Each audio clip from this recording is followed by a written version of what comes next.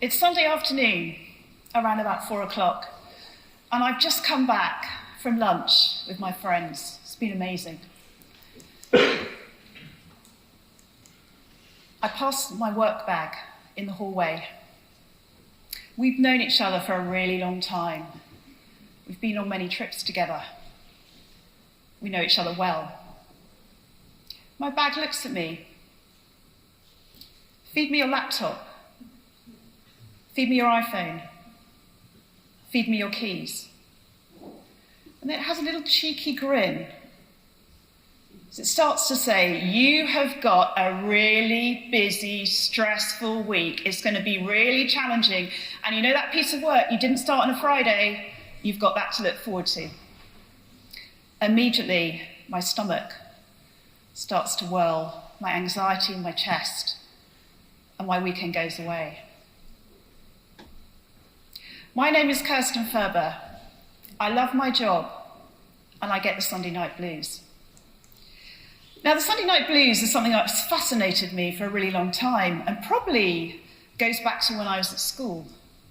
That Sunday, getting ready for my books, my uniform, the atmosphere in the house would start to change as my father would start to get in a really bad mood as he'd start preparing for work.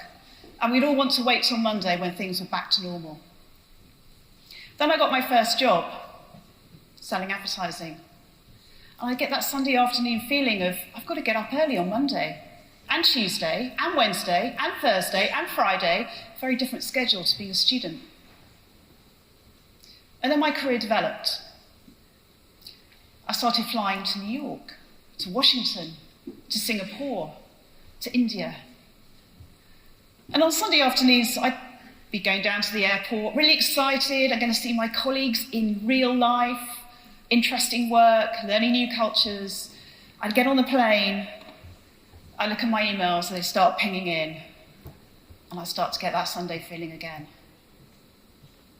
So I started to share this experience with my colleagues.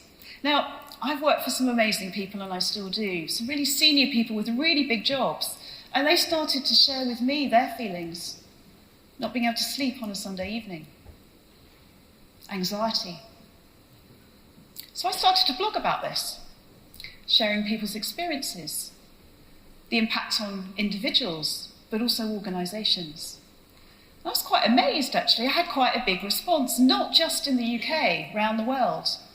People sharing how sometimes they were physically sick on Sunday because they're so anxious about work, but also how their time with their family and friends was being reduced because of the Sunday night blues.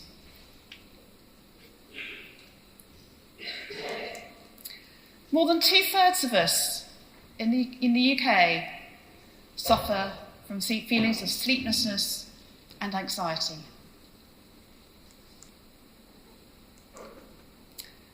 At 5 o'clock on a Sunday, there's a spike in Google searches around sadness as people search for help.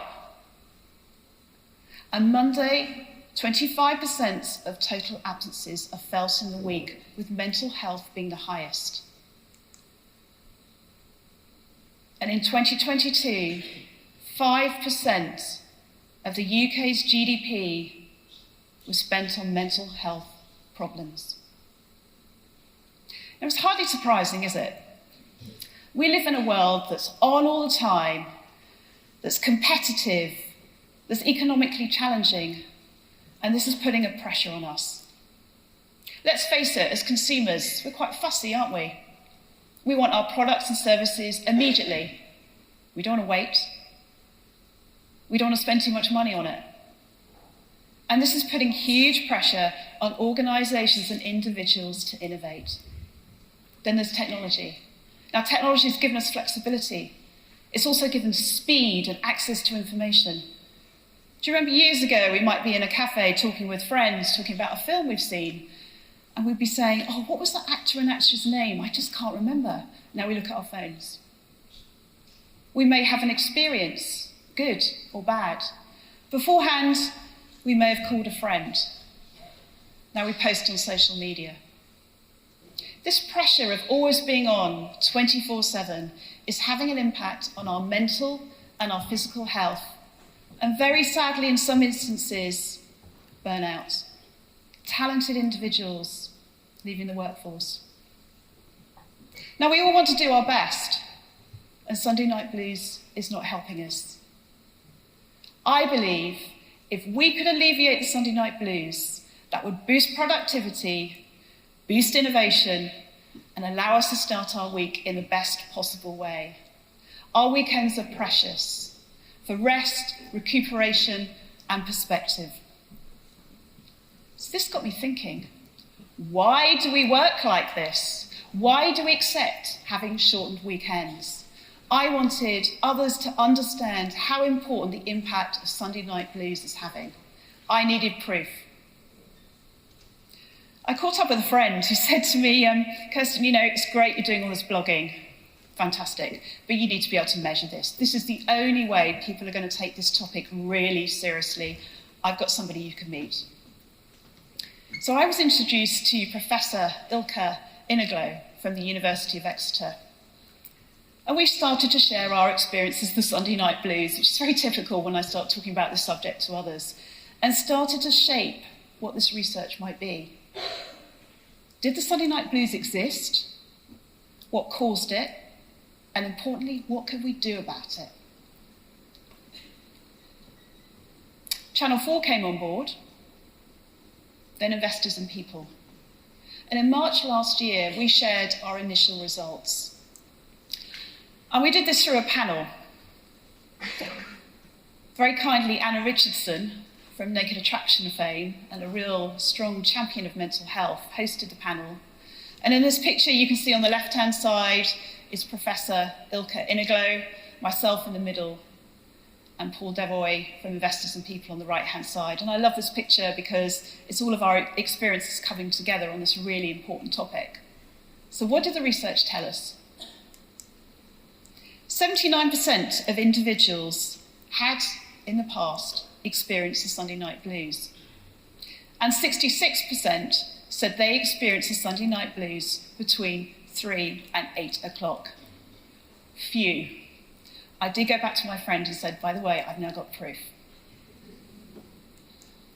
But what the research also taught us was even if you loved your job, you experienced the Sunday night blues. You heard me right. Even if you loved your job, you experienced the Sunday night blues. Now, this to me was really quite fascinating because you would have thought, wouldn't you, if you don't like your job, you don't like the organisation, maybe you don't like your manager, then you're probably going to have a bit of anxiety on a Sunday.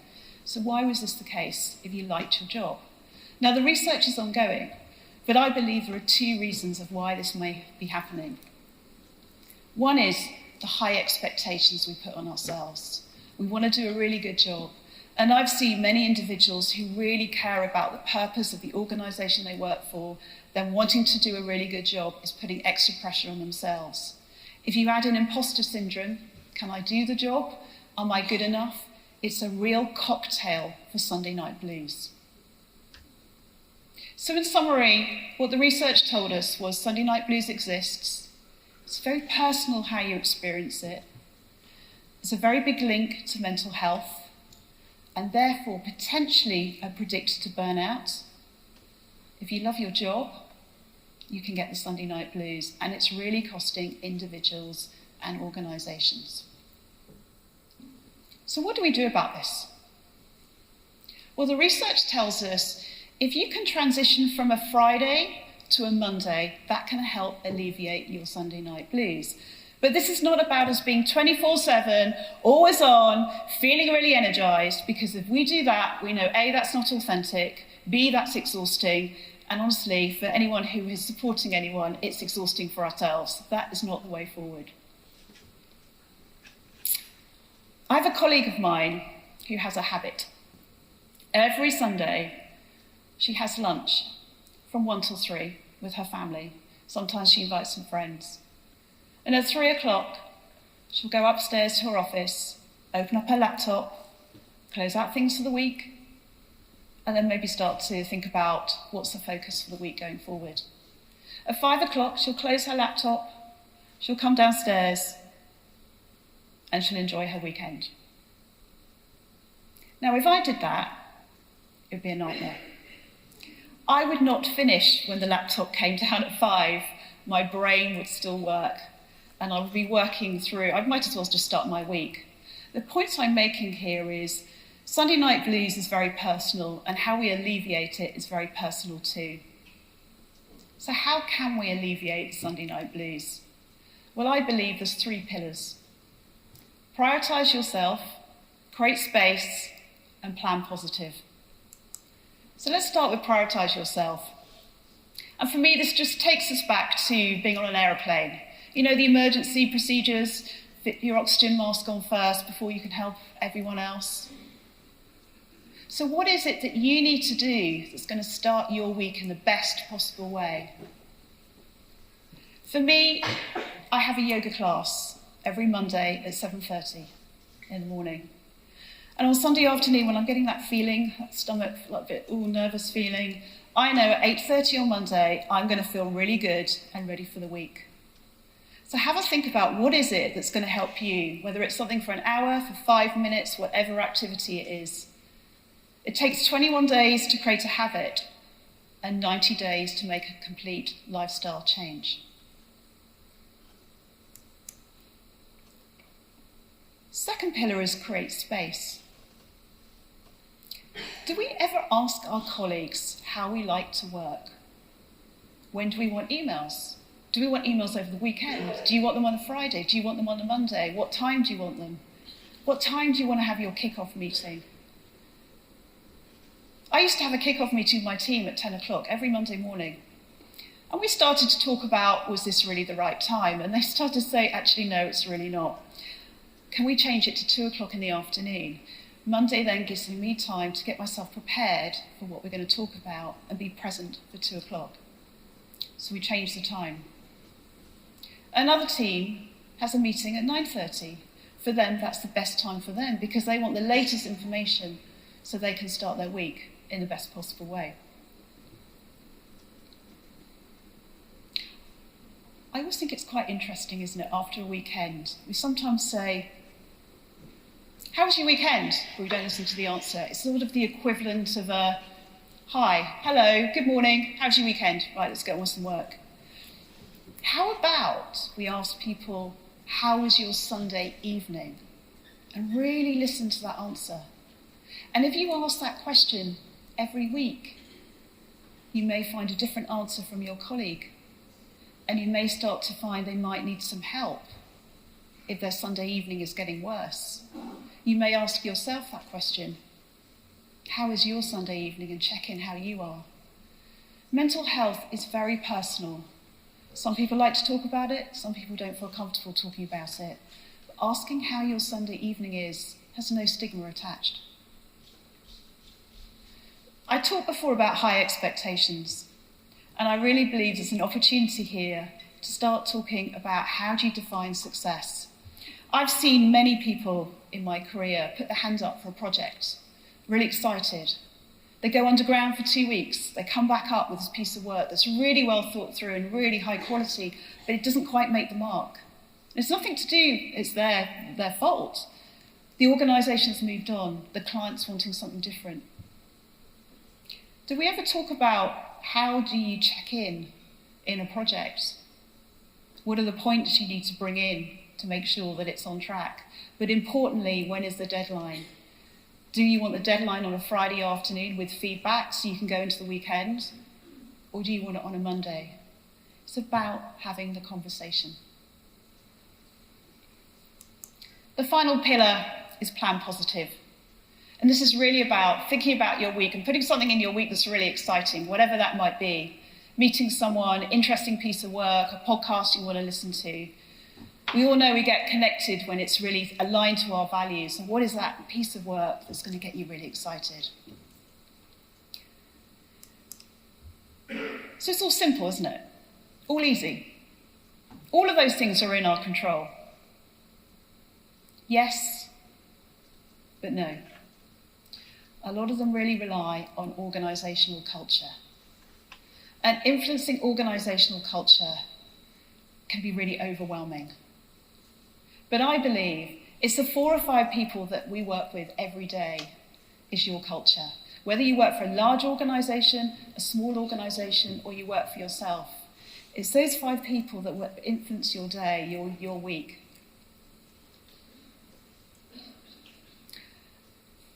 We all want to be our best. So let's think about how we can do our week in the best possible way.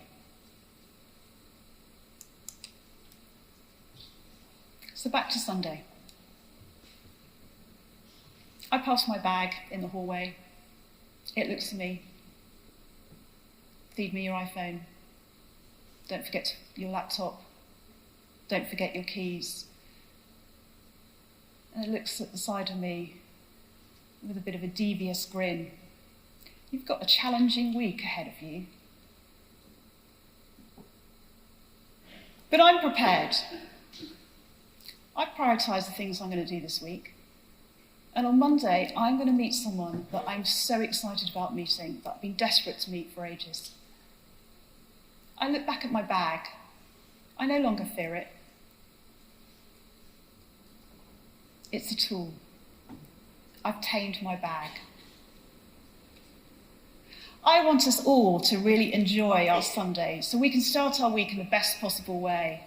I want us to go to work on a Monday and come back with a spring in our step because we've shared something really exciting with our colleagues. We've all got talents. We all want to make some contributions to this world. I ask you to think about what are the things that you want to put in place to alleviate your Sunday night blues and, importantly, help others. Thank you for listening. I'm on a mission to alleviate the Sunday night blues and make the world a better place to work.